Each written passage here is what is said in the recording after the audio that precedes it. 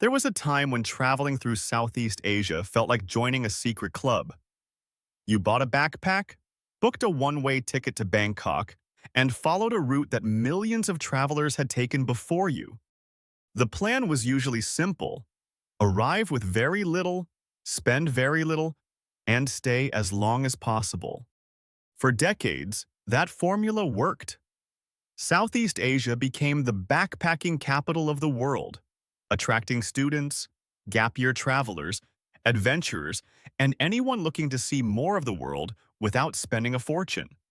The route became so famous that it developed its own identity. Travelers moved between Thailand, Laos, Cambodia, Vietnam, Indonesia, and Malaysia, often following remarkably similar paths. Entire businesses were built around this movement.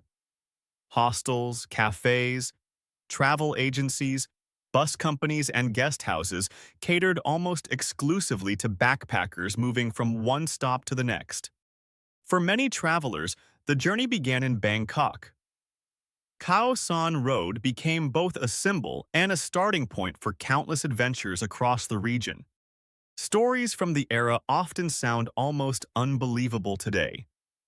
Travelers described surviving on tiny daily budgets while spending months crossing borders, exploring islands, and discovering places that felt far removed from mass tourism.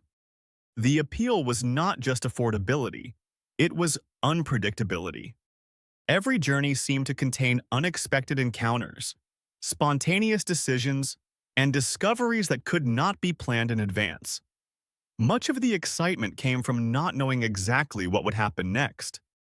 Information was limited compared to today.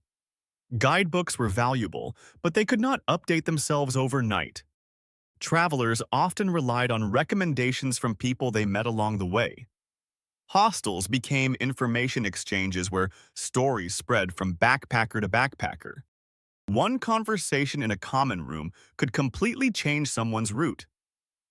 A recommendation from another traveler might send you to a destination you had never even heard of before. That uncertainty became part of the experience. It made travel feel like exploration rather than execution. But something has changed. The backpacker trail still exists. The countries are still there. The hostels are still there.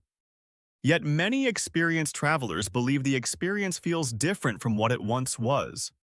The first change is visibility. Places that once felt hidden can become famous almost overnight. A location featured on social media may reach millions of people within days. Destinations that previously took years to enter the travel mainstream can now become global attractions remarkably quickly. This creates a very different travel environment. Travelers often arrive already knowing what the destination looks like before they have even stepped off the plane. The mystery begins to disappear. Exploration becomes more difficult when every viewpoint, restaurant, and street corner has already been photographed thousands of times. The second change is infrastructure. Ironically, many improvements that benefit travelers have also altered the backpacking experience. Transportation is easier, flights are cheaper, roads are better. Booking accommodation now takes minutes instead of hours. Mobile apps solve problems that once required entire afternoons to figure out. For most travelers, these improvements are positive. Travel has become more efficient, more comfortable, and more accessible. Yet some argue that convenience has removed part of the adventure. The obstacles that once created memorable stories have largely disappeared. Another major change involves cost. Southeast Asia remains affordable compared to many parts of the world. But affordability is not the same thing as it was 20 years ago. Popular destinations that once felt incredibly cheap now feel noticeably more expensive. Accommodation, food, transportation, and activities have all increased in price across many areas. For first-time visitors, these costs may still seem reasonable.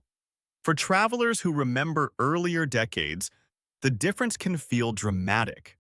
The issue is not necessarily that Southeast Asia became expensive. The issue is that expectations were built during a different era. Many backpackers arrived expecting prices that no longer exist. The reality they encounter today can feel very different from the stories they heard. Then there is the rise of the digital nomad. 20 years ago, most long-term travelers were backpackers. Today, many destinations host growing communities of remote workers, entrepreneurs, and location-independent professionals. These travelers often stay longer, spend differently, and influence local economies in new ways. Entire neighborhoods have evolved to accommodate this shift. Cafes, co-working spaces, apartments, and services increasingly cater to long-stay visitors.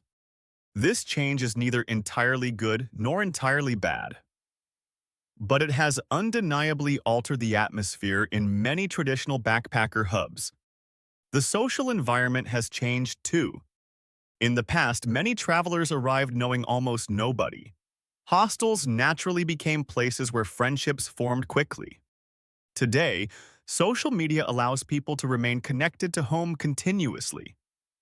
Travelers can communicate with friends, family, and existing communities without interruption.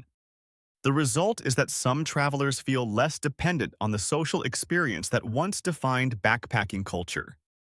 Technology has transformed navigation as well. Getting lost used to be a normal part of travel. Sometimes it was frustrating. Sometimes it led to unexpected discoveries. Today, GPS navigation places almost every destination a few taps away. Travelers move through unfamiliar cities with confidence that previous generations could only dream of. Again, this is largely a positive development. Yet some of the uncertainty that once created memorable adventures has faded. Perhaps the biggest change is psychological. Earlier generations often traveled because they wanted to see something completely unfamiliar. The journey itself was the attraction. Modern travelers still seek new experiences, but they often arrive with far more information, planning, and expectations. Many know exactly where they want to take photographs before they arrive. They know which restaurants are popular and which attractions are trending. The unknown becomes increasingly known. This raises an interesting question. If travel becomes easier, safer, more affordable, and more connected, why do some people feel nostalgic for the older version? The answer may have little to do with backpacking itself.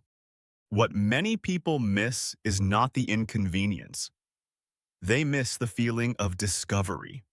They miss arriving somewhere without already knowing what it looked like. They miss making decisions based on conversations rather than algorithms. They miss the possibility of surprise.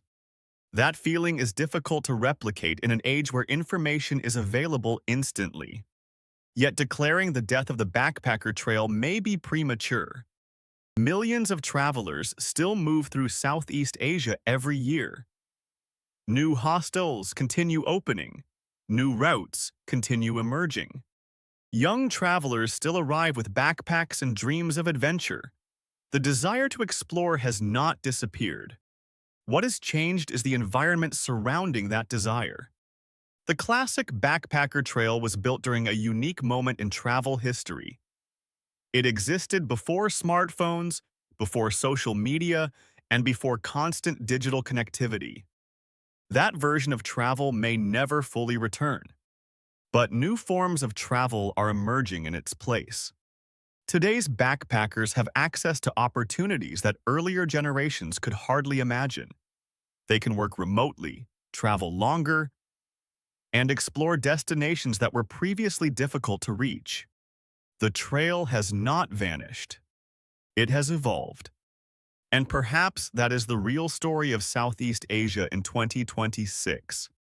The death of the backpacker trail is not about empty hostels or disappearing travelers. It is about the end of a particular era. An era when uncertainty was normal, information was limited, and every border crossing felt like stepping into the unknown. That era helped create some of the most memorable travel experiences of modern times. But every travel generation leaves behind its own version of adventure. The backpacker trail that transformed Southeast Asia may be changing, yet the desire to explore, discover, and experience something different remains very much alive. And as long as that desire exists, the story of backpacking in Southeast Asia is far from over.